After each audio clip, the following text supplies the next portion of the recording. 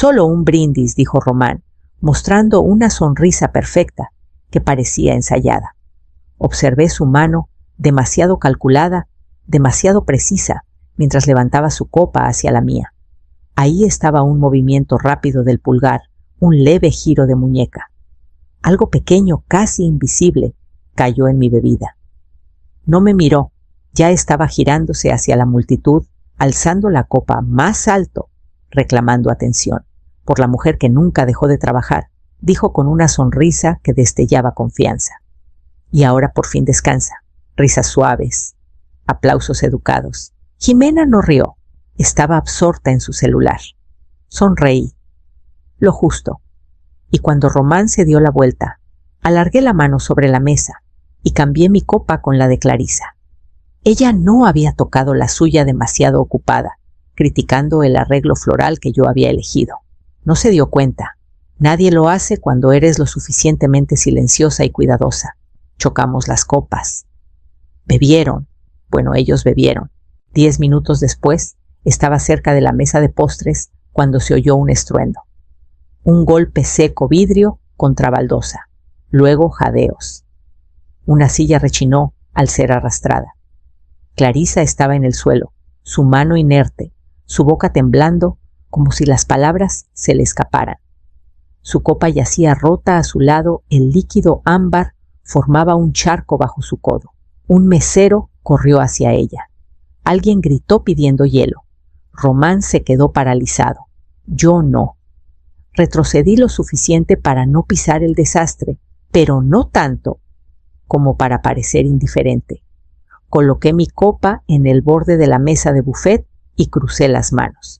No se siente bien, dijo Román con la voz quebrándose en los bordes. Seguro fue el vino. Es sensible a... Pero nadie lo escuchaba. 2 invitados ya habían llamado a una ambulancia. Clarisa sudaba pálida. Jimena por fin levantó la vista de su celular. Sus ojos se encontraron con los míos. Incliné la cabeza ligeramente. Ella desvió la mirada. Los dedos de Román temblaron al buscar su celular. No hizo la llamada. El salón quedó en silencio. Solo el eco lejano de sirenas acercándose llenaba el espacio. Y en ese silencio comencé a preguntarme cuánto tiempo llevaban planeando esto. La semana antes de la fiesta planché la misma blusa 2 veces, aunque sabía que a nadie le importaría. Compré unos zapatos nuevos solo para sentir que entraba en algo diferente, algo ganado con esfuerzo. 43 años en los archivos forenses. Sabía lo que significaba el silencio. Sabía cómo los detalles desaparecen cuando nadie se molesta en mirar de cerca. Pensé que esa noche sería distinta, que por una vez me verían. Jimena ni siquiera levantó la mirada cuando entré al salón de eventos. Estaba con los brazos cruzados hundida en su celular, asintiendo distraída, mientras Román ajustaba las tarjetas de los asientos.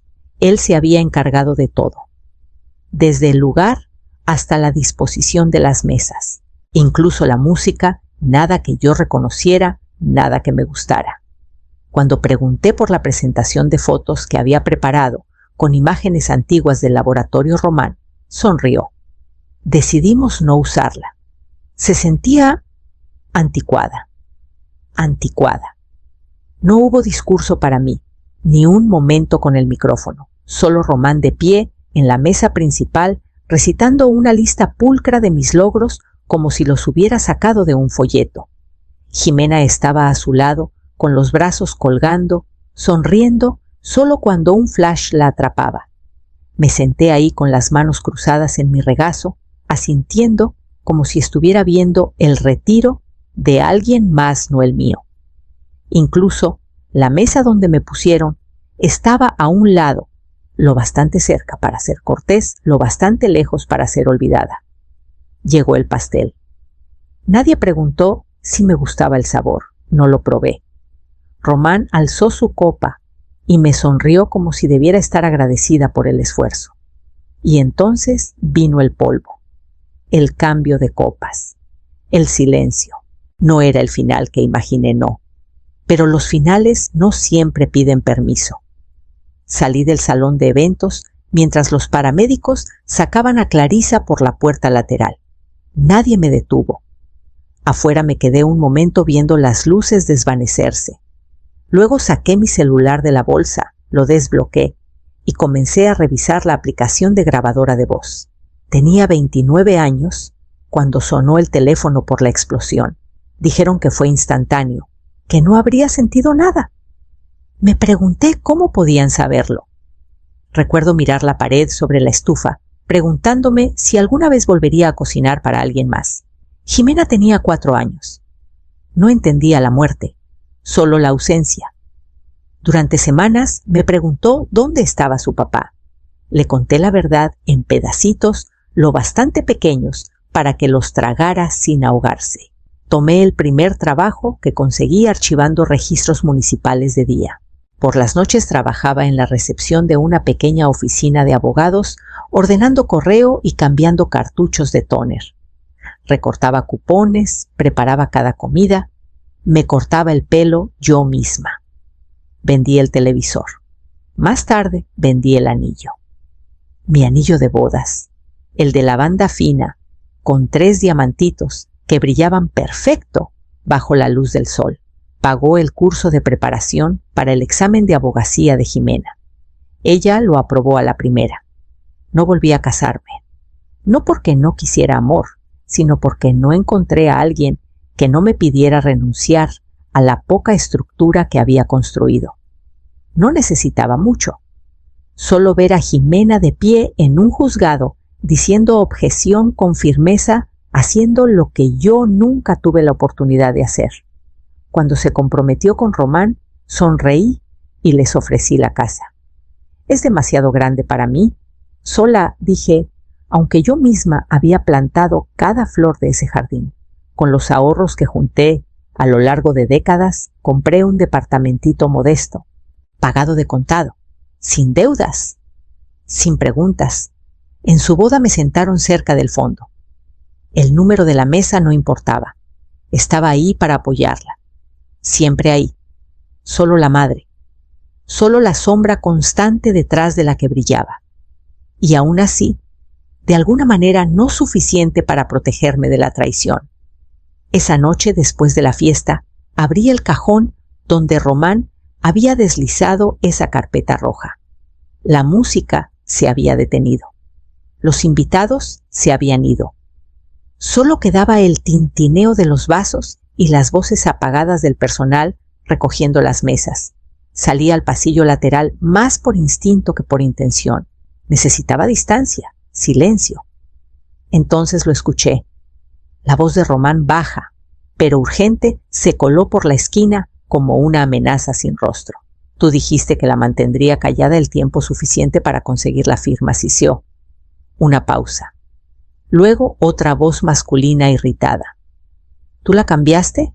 ¿Con quién, Román? Más cortante ahora. No sé, no lo vi. Pensé que se lo había tomado. Contuve el aliento, pero no me moví. Metí la mano lentamente en mi bolsa, el dedo rozando la aplicación de grabadora en mi celular. Solo capturé las últimas frases. No era mucho, pero era suficiente. Dijiste que era de acción rápida. Lo es. Si hubiera funcionado la orden de tutela, estaría lista para el lunes. Tutela. Retrocedí mis pasos casi silenciosos sobre la alfombra. Mi pulso, sin embargo, retumbaba en mis oídos. Encontré un banco cerca de la salida y me senté aún, aferrando el celular. Abrí mis contactos y toqué el nombre de Hortensia. La pantalla parpadeó y el mensaje se envió. Audio adjunto. Respondió en minutos. Una sola palabra: recibido. Miré la alfombra hasta que el zumbido de la aspiradora del salón dejó de sonar. Hasta que pude levantarme sin temblar. Querían dejarme inconsciente. El tiempo suficiente para presentar una moción en la corte, para tomar el control de mis cuentas, mis decisiones, mi nombre. No lloré, no hablé, no. Solo caminé de regreso a mi departamento y abrí la carpeta roja que Román había intentado deslizar en mi cajón el mes pasado. Sonrió entonces agitando la carpeta con despreocupación. No hay de qué preocuparse de veras. Solo son unos papeles de planificación patrimonial, dijo. Jimena ya revisó todo. Tu hija es una abogada brillante, ¿recuerdas? Lo hizo sonar como una cortesía, como si debiera sentirme orgullosa de que siquiera me incluyeran. Y no la había abierto, hasta ahora. Adentro, entre un membrete falso y un sello notarial forjado, había una copia de un poder notarial, con fecha para el lunes siguiente.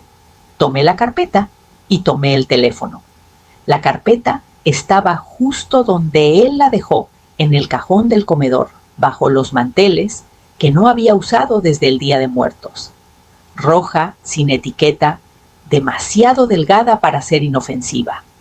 La abrí lentamente, esperando folletos de herencias o tal vez información genérica sobre fideicomisos, pero lo que salió fue intencional, estructurado. Un documento de poder notarial, mi nombre, mi firma, excepto que yo nunca toqué esa pluma. La fecha estaba puesta para el lunes, 2 días después de la fiesta, los testigos en blanco, el sello notarial falso. Pasé los dedos por el papel y solo sentí un calor subiendo por mi nuca. Debajo había varios correos impresos. No creo que él quisiera dejarlos ahí. El asunto del primero plan de liquidez para el retiro. Borrador de presentación. El cuerpo detallaba la propuesta de Román para los inversionistas 50 millones de pesos en activos líquidos respaldados por pensiones gubernamentales heredadas y ahorros privados de la pareja principal de la familia. Yo. Describió el trabajo de mi vida como si fuera una máquina tragamonedas, lista para soltar el premio. Incluso había una lista de viñetas con el cronograma: asegurar el poder notarial, transferir activos tras la firma, anunciar la sociedad con una narrativa de inversionista mayor. Narrativa, eso era yo para él. Una historia, un discurso. Me senté en la mesa por un largo rato, sosteniendo el papel en una mano y el vaso de agua que olvidé haber servido en la otra. La luz de la cocina zumbaba débilmente sobre mí. En algún punto entre los correos adjuntos y la firma falsa dejé de sentir dolor. Algo más se asentó, no furia, ni siquiera traición, precisión. Saqué un sobre viejo y deslicé los documentos falsos dentro. Luego guardé los correos impresos en una carpeta aparte y la cerré en el gabinete a prueba de fuego que no había abierto en años. A la mañana siguiente manejé a un centro de buzones privados y renté uno a mi nombre completo. Luego llamé a un abogado, no al que ayudó a Jimena y Román a comprar la casa. Alguien en quien confiaba, alguien que me debía un favor. Y antes del mediodía ya había comenzado a mover la primera cuenta. Me reuní con Hortensia en un pequeño restaurante a las afueras de la carretera, de esos donde nadie hace preguntas si 2 mujeres mayores llegan con un objeto envuelto en papel dentro de una bolsa acolchada. Ella no preguntó cómo conseguí el pedazo de vidrio y yo no lo expliqué. Lo había deslizado en una servilleta en el salón de eventos, mientras todos se arremolinaban alrededor de Clarisa. Unas gotas de líquido aún se aferraban al borde, lo suficiente. No nos quedamos mucho en la mesa. Hortensia me llevó por una puerta trasera a su pequeño laboratorio que operaba a medio tiempo en un garaje reconvertido para autos. Todavía olía ligeramente a aceite de motor y acetona. Trabajó en silencio, como nos habían entrenado a las 2. La vi pipetear el residuo en un frasquito. Cuando llegaron los resultados, no giró la pantalla hacia mí. Solo se quedó sentada un segundo leyendo. Luego exhaló. Es una mezcla de benzodiazepinas, dijo. Dosis alta, indetectable en la mayoría de los análisis de sangre después de 6 horas, pero definitivamente diseñada para noquear a alguien. Rápido, pregunté. 10 minutos. Tal vez menos con el estómago vacío. Asentí. Querían dejarte inconsciente. La miré a los ojos. Entonces hagamos que se sientan sin poder. Pasé el resto de la semana poniendo el plan en marcha No una reacción, no una venganza, solo precisión. Contacté a la compañía de títulos que manejó la transferencia de mi departamento. Confirmé que todas las escrituras estuvieran limpias y las retitulé bajo un fideicomiso privado, silencioso, legal, sin notificaciones requeridas. Moví los fondos de mi pensión a vehículos separados bajo mi apellido de soltera. Contacté a un viejo abogado al que una vez saqué de un aprieto con registros estatales y le pedí que estuviera listo. No le dije a nadie. Para el final de esa semana, cada cuenta ligada a mi nombre había sido redirigida, sellada y cerrada. Ellos ni siquiera sabían que estaban perdiendo.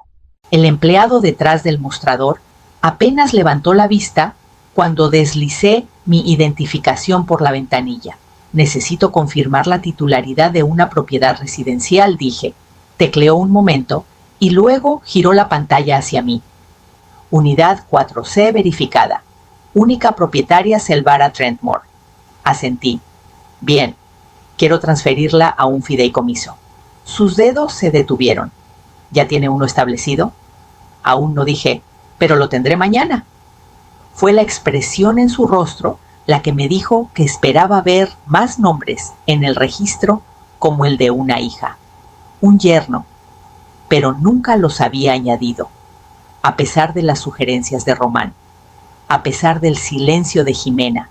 Digo, ¿deberías considerar actualizar a los beneficiarios?, había dicho Román una vez con aire casual mientras rellenaba su vaso.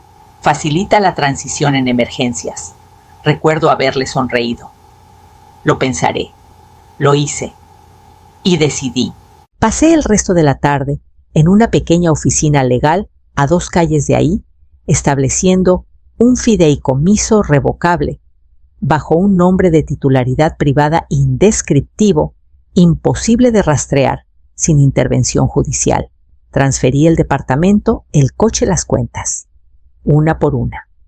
Pedí un registro digital para mí y una copia física enviada a mi buzón en el centro, no al departamento. Esa noche abrí mi perfil de salud en línea y eliminé a Román y Jimena de mis contactos de emergencia. Puse a Hortensia en su lugar, sin mensajes, sin confrontaciones, solo sustracción.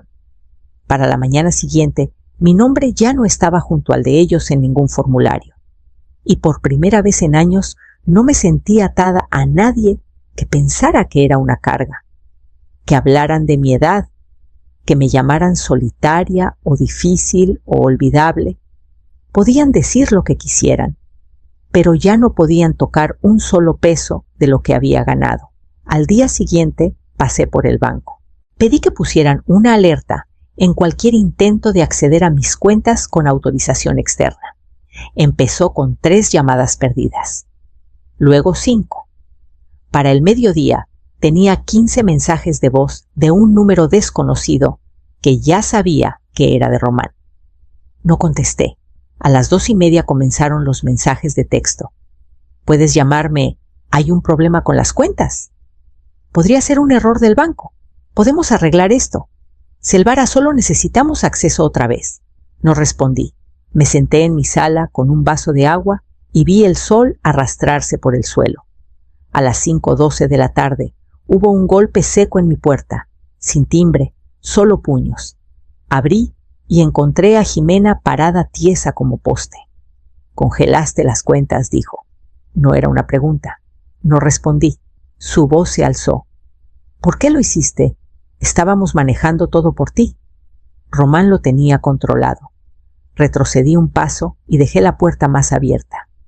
«Pasa si vienes a hablar». No se movió. «Estás cometiendo un error. Esto afecta tu atención médica, tu vivienda, tu futuro». «¿Mi futuro?», pregunté. «O la presentación de inversionistas de tu esposo». Ella retrocedió un poco. Caminé a la mesa y coloqué una copia del poder notarial falso. Junto a él, los correos impresos. «Te sentaste junto a un hombre que intentó borrar el consentimiento de tu madre», dije. «Tú lo llamaste manejo. Él lo llamó liquidación. Miró los papeles, pero no los tocó. Estás eligiendo a Román, dije en voz baja. Cada vez que te quedas callada lo eliges a él. No sabía, empezó, pero alcé la mano. No necesito que confieses, necesito que te vayas. Sus labios se abrieron como si fuera a discutir, pero luego miró a su alrededor. Realmente miró, y se dio cuenta de que nada en esa casa le pertenecía ya. Se dio la vuelta sin decir más. Cerré la puerta con suavidad. Esa noche actualicé mi testamento. Quité su nombre, cambié la designación de beneficiarios. Dejé una nota sin firmar sellada. En un sobre, la herencia requiere carácter, no sangre. Llegué a la oficina de Lionel Daring 15 minutos antes. Siempre lo hacía. Incluso cuando trabajábamos en diferentes rincones del edificio de archivos municipales, él decía: «Eres el tipo de mujer que pone nervioso a un plazo». Ahora estaba en una oficina esquinera, con títulos enmarcados y un corte de pelo más elegante, pero seguía sirviendo su café demasiado fuerte y me saludaba con un asentimiento en lugar de una sonrisa. Le entregué el USB y el sobre con el informe que Hortensia imprimió, cadena de custodia, análisis de muestras, identificación de compuestos. Escuchó en silencio. Reprodujo el susurro de Román por el pequeño altavoz. Luego lo reprodujo otra vez. Para el final de la hora, Lionel ya había redactado una orden de cese y una notificación a los inversionistas listados de Román, alertándolos formalmente sobre sospechas de fraude, con activos mal representados y posible conducta criminal. En 2 semanas, la startup de Román colapsó. No de golpe. Primero un socio se retiró, luego otro, luego el silencio. Nadie quiere su nombre ligado al abuso de personas mayores, especialmente cuando hay un rastro químico y una grabación digital. Clarisa se recuperó lentamente. Escuché que se mudó con su hermana a Querétaro. No la llamé. Jimena presentó una moción en la corte testamentaria alegando contribuciones familiares e influencia indebida. El juez revisó la estructura del fideicomiso, las escrituras de propiedad y las pruebas forenses. Perdió. Silenciosamente, completamente. No asistí a la audiencia. No necesitaba hacerlo. Esa misma tarde, Lionel me envió un mensaje. Todo asegurado. No se necesita más contacto. Me paré en medio de mi sala y dejé que el silencio se asentara sobre mí. No el vacío, sino el que llega tras el cierre. Alguna vez temí volverme invisible en la vejez. Pero la invisibilidad, aprendí, puede ser un escudo. Caminé a mi escritorio, abrí una página nueva en mi libreta y escribí una lista, nombres de organizaciones benéficas locales, programas para niñas en ciencias y un fondo de becas que siempre quise patrocinar. Luego marqué una fecha en mi calendario, mi cumpleaños. El té estaba tibio, pero no me importó. La brisa de la tarde se colaba por las rendijas del balcón y el sonido lejano de los niños jugando en el patio se sentía como un ritmo que no tenía que seguir solo observar. Guardé la caja de tarjetas detrás de la maceta, casi toda sin abrir. Mensajes bien intencionados de conocidos saludos educados de antiguos colegas. Pero el sobre de hoy era diferente. La letra de Hortensia era inconfundible, angular y prolija, como de alguien que nunca aprendió a apresurarse. Lo abrí lentamente. Adentro había una sola tarjeta. El frente no tenía diseño, solo texto. No está mal para un archivista forense. Sonreí. En el estante a mi lado estaba una foto enmarcada. Jimena, de 8 años, sosteniendo una cinta de la Feria de Ciencias, con una sonrisa desdentada. No la había quitado. Tal vez nunca lo haría. Pero a su lado estaba la carpeta. La verdadera. Adentro. La escritura a mi nombre. El informe del análisis de Hortensia. La firma falsa que nunca toqué con mi mano. No me definían, pero me recordaban. Me recordaban que la paz no se regala, se asegura. Habían pasado 3 meses desde el último mensaje, sin más golpes en la puerta, sin más llamadas. Solo la calma de saber que no podían alcanzarme ni legalmente, ni financieramente, ni siquiera en la narrativa. Eso era lo que querían realmente, reescribir el final. Decir que yo había aceptado, que me había ido en silencio. Pero no lo hice.